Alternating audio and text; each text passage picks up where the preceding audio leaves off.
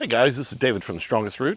Our potatoes have started to fall over, they're starting to brown, so it's time to harvest. So let's get a look at our bags of potatoes, literally.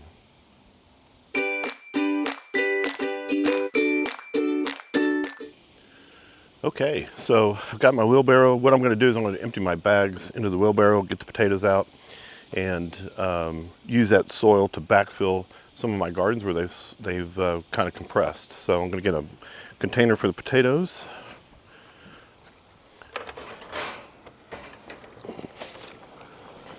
I like using these little baskets, so I'm going to put them in these baskets, let them sit out here for a day or so. It's pretty hot here. It's already probably about 95 degrees this morning, so it's getting warm. So they don't need to sit out here long. They just need to sit out here long enough to harden up. So let's take this first bag and see what we got.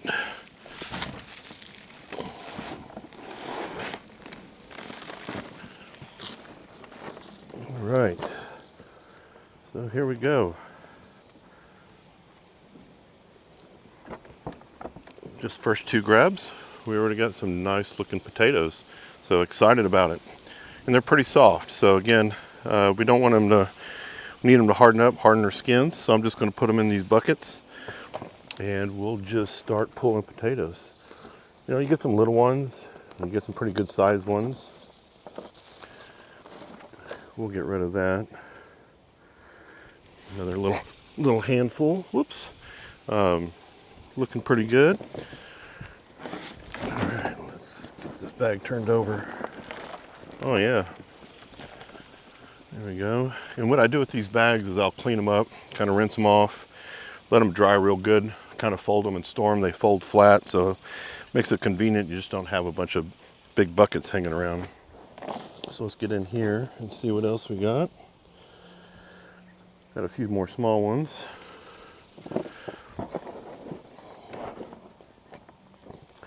Make sure to break it up. There's another one.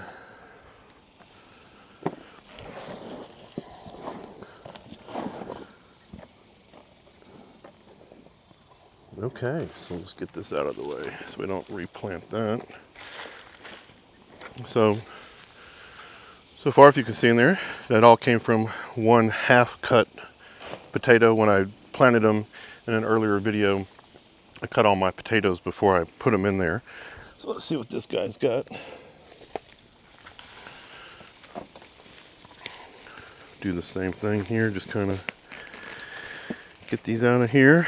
Oop, there went one.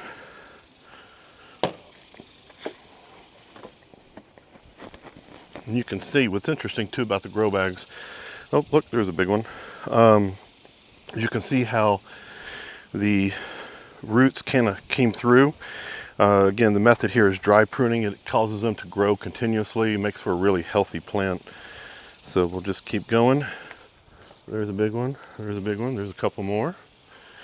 So what's great about this method is if you live in an apartment, small property like we do here, you always have space to grow potatoes. And potatoes are great. Make soups, obviously stews. You kind of really dig through here. And the problem, you know, one of the things you got to be careful when you reuse the soil. You don't want to have a potato left in the soil because it'll grow again. And I don't want, when I try to keep my plants separate when I'm replanting and regrowing. And what's also good about this is the soil is breaking down. It's a pioneer crop, so it really breaks the soil down a little bit more, which is really nice. So let's see. Oop, this is a little bigger. Let's see what we get out of this. There was a little one.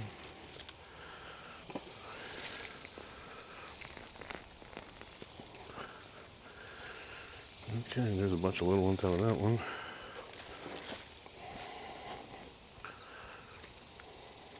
Some more. There's a whole cluster there. All right. Ooh, this one's got a bunch in it.